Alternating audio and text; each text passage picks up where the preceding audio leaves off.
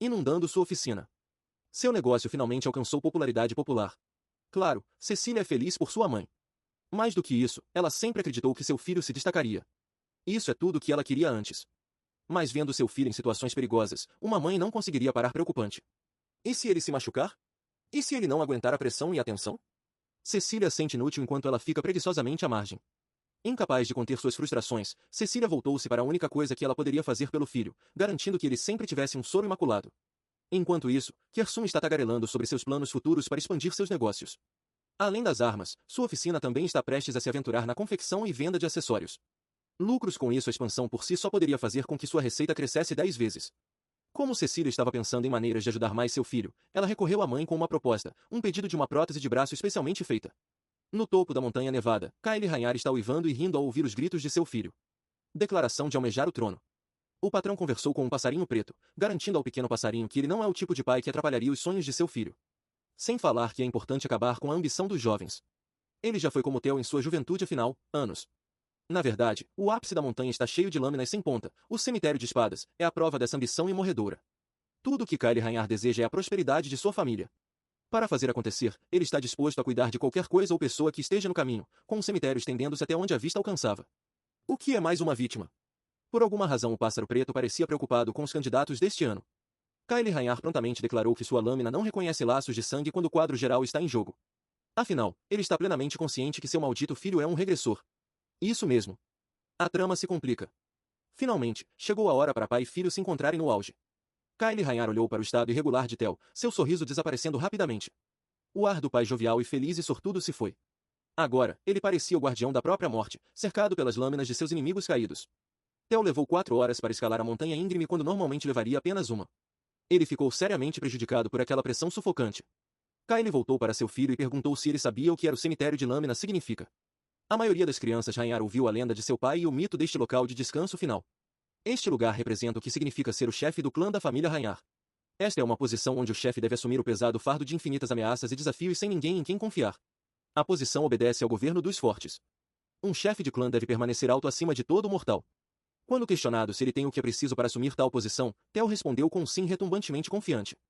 Seu pai o advertiu para não dar uma resposta tão definitiva, então levemente. Na jornada de Kyle até o topo, ele teve que enviar milhares e milhares de almas para o vida após a morte. Nem todo mundo consegue carregar todo esse ressentimento. Neste lugar, Kyle se lembra de seu caminho de guerra sangrento. Ele ainda pode ouvir as maldições e ameaças de vingança de suas vítimas além da terra de os vivos. Mesmo assim, a determinação de Theo permanece inflexível. O garoto sabe o que quer ser.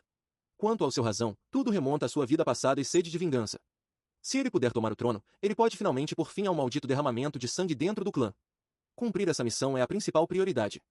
Claro, ele não pode dar esse tipo de resposta ao pai. Então, no verdadeiro Raynar Moda, ele decidiu responder à pergunta carregada com sua espada. Kyle Raynar Green, seu filho definitivamente sabe o que dizer em situações como esta. Já que ele escolheu responder com sua lâmina, ele não deverá mais ser tratado como um filho, mas como um desafiante. Kyle também está ansioso para ver o que esse pirralho aprendeu de alguém especial. Theo tinha certeza de que seu pai estava se referindo a Lodrok. Isso é muito confirma sua suspeita de que Kyle Raynar roubou o coração do antigo dragão. Ele ficou tenso em defesa, mas já era tarde demais. Seu pai levou apenas um nanosegundo para cortá-lo em 2. Quando ele percebeu o que estava acontecendo, ele não conseguia mais sentir sua metade inferior. Theo Raynar sentiu a morte rastejando para reivindicá-lo mais uma vez. Cortado de forma limpa como um pedaço de carne, ele lentamente perdeu a vida. Kyle Raynar não estava brincando. Esta é uma de suas técnicas terríveis, a espada do coração. Depois de cortar o pôr do sol, o patriarca voltou-se para o preocupado Melro. Ele garantiu ao emplumado avatar que não há necessidade de se preocupar com o pequeno prodígio. Somente aqueles com vontade endurecida e a determinação pode sair da espada do seu coração. Este é certamente um desafio cruel para um chifre verde no meio da cerimônia de despertar, mas se Theo tiver isso dentro dele, ele deve ser capaz de voltar. Mas se ele mostrasse uma determinação incompleta, seria melhor se ele simplesmente morresse aqui como um corpo com uma alma perdida.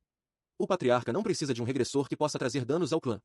A alma de Theo estava transportado para um vazio sem fim na fronteira da vida e da morte. Ele podia sentir o familiar sensação de morte transformando sua essência restante em nada. Ele rapidamente aceitou seu causa da morte. Afinal, nem todo mundo poderia sobreviver a um ataque de um semideus. Theo refletiu sobre suas realizações nesta vida e tentou se convencer de que fez tudo o que podia. Ele roubou o palácio camaleão dos Troivans. Ele matou Randall naquele cachorro raivoso Axion, os bastardos que encurtou sua vida anterior. Todo o resto além disso seria apenas um golpe de sorte. Comparado com sua primeira tentativa, ele viveu uma vida mais feliz, embora mais curta desta vez. Talvez fosse bom se ele fosse descansar em paz para sempre. À medida que sua vontade diminuía, aceitando sua morte prematura, o último pedaço de sua alma evaporou como uma gota de orvalho.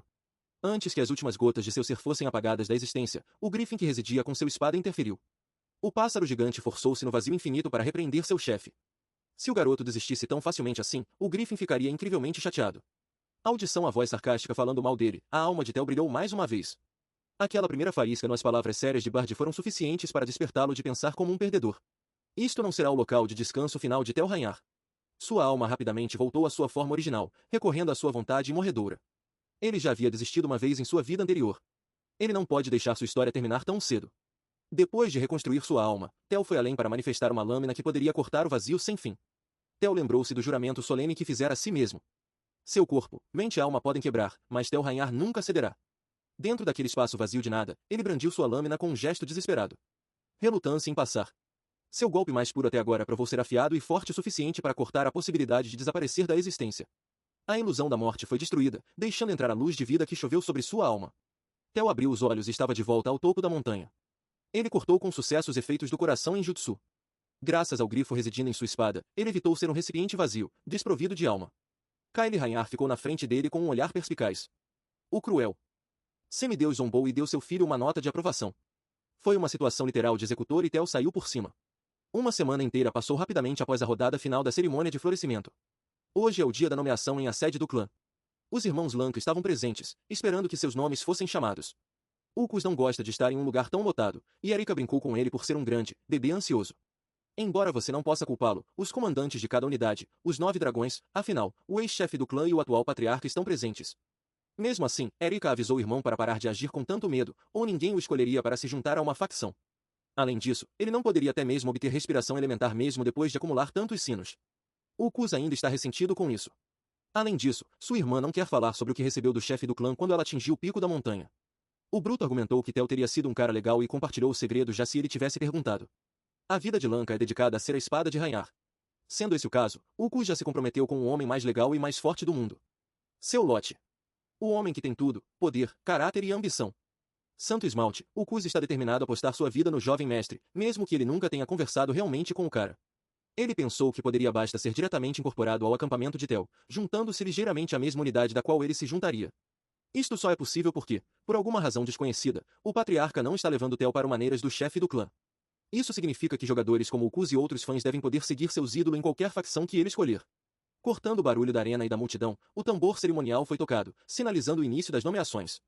Sem mais delongas, o orador-geral do lote, Theo Rainar, foi convocado para receber suas homenagens. A multidão estava cheia de civis e espadachins, cada um deles torcendo por alguém que já foi submetido aos piores insultos. Theo absorveu tudo com um sorriso enquanto estava diante os superiores de Rainar. No meio da multidão, Evelyn Arevel torceu silenciosamente pelos jovens mestre e ela ajudou a nutrir. Se dependesse dela, ela gostaria de ver o jovem ingressar no grupo branco Cavalaria de Dragão Blindado. Claro, isso seria apenas um sonho egoísta da parte dela. Como classe orador da turma, ele provou sua capacidade de se destacar em todas as categorias, superando cada um de seus pares. Assim como quando ele estava prestes a ser solicitado a escolher uma facção, uma figura improvável levantou-se da fileira dos 9 dragões. Ed Troivin, o dragão do céu e diretor do Departamento Central de Inteligência, atraiu silenciosamente a atenção de todos. Tensões rosa.